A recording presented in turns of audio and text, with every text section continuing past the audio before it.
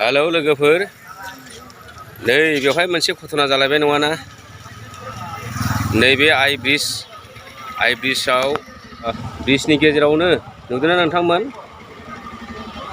Accident जादों। Accident गंथाम गारि बेवहाय सौग्रावलायनाय जादों। साइडआव गंनै आरो गेजेराव गंसे दङ। नोंथांमोना नायना लाजोबबानो जाबाय। गोबां भिर जाम जाना दं लामाया। हाजार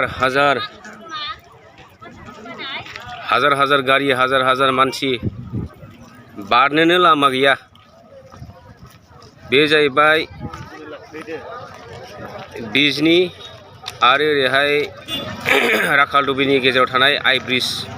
बे आइ ब्रिज होनायाव जाथाया जादों। हाजार ओलै एक्सिडेन्ट जादों। एक्सिडेन्ट माजे सौदावखो? ओरैहाय सोनाबजों गंसे फैनाय जादोंमोन ट्राकआ, आरो सानजाथिंनिफ्राय सोनाबजों गंसे, आरो गेजेरावनो गंसे हाबखावनाय जादों। गासै गंथामजों जानाय जाहैबाय। बायजोब्बाय माथो हनै। बायजोब्बाय गासैबो थोरला बाला। गंसेया बै फारसेथिं दङ। मानसिफ्रा मा जाखो? मानसिफ्रा जेबो जायाखैदां।